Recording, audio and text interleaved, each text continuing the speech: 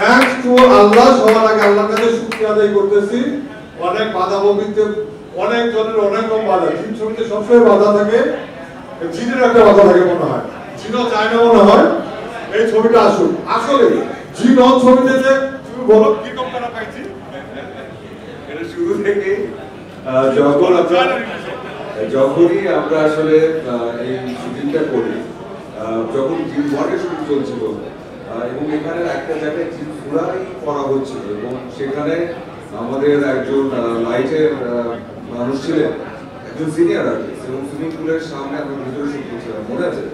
এবং রাতে 2টা বাজে চাচা উনি সুইমিং পুলের ভিতরে পড়ে গেলেন এবং খুব বাজে অবস্থা, প্রায় মানে ওখানে ওনাকে অনেক কষ্ট করে ওখান থেকে তুলে নিয়ে আসা, আমরা একবারের জন্য বুঝতে পারিনি যে একদম পড়ে গেছে, অনেক চিৎকার চাচামেচি করে ওনাকে নিয়ে আসা, একটা জীবন বেঁচে যাওয়া, সেখান থেকে শুরু এবং প্রতি ধাপে ধাপে, এবং এবারও তাই আমাদেরকে প্রতি মুহূর্তে আসলে ইনজুর হওয়া থেকে শুরু করে ভয় ভীতি, বিভিন্ন সিচুয়েশনে পড়ে যাওয়া, এই আটকে যাওয়া, ওখান থেকে আবার চালু হওয়া, শরীর খারাপ হয়ে যাওয়া, আবার সেখান থেকে চলে আসা, আজিজ ভাই স্ক্রিপ্টের মাঝখানে হঠাৎ করে থেমে যাওয়া,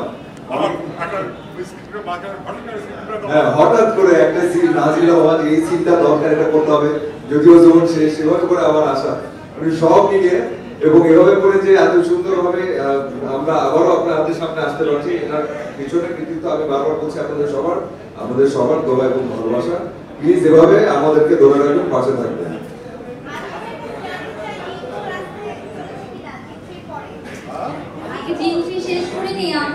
আগামী বছর পরেরটার অ্যানাউন্সমেন্ট দিবে যে আসমাটি মিডিয়া ইনশাআল্লাহ। জিম 4 সামনে দিতে পারবে, পূর্ণ কুরবানি জীবনে একটা। আমি বলি আমার সিরিয়াল শুরু নেই, বছরে সিরিয়াল ঘোষণা দেবো না, না দেখ, এটা পরে দাবে দাবে দেয়, ভালো লাগে। এই বছরে ওই জিম 4 আসার আগে আমার 5টা ছবি আসবে। না না, জিম 4 ঈদে আসবে, ঈদের মাঝখানে ছবি বানাবো না, কি বলেন এটা? মিডিয়া আবারও জোরে সোরে সিনেমায় নেমেছে, এটা আপনাদের সকলের সহযোগিতা কিন্তু লাগবে, শুধু জিনের জন্য না, জিনের পরে যতগুলো সিনেমা হলে সবগুলোর জন্য।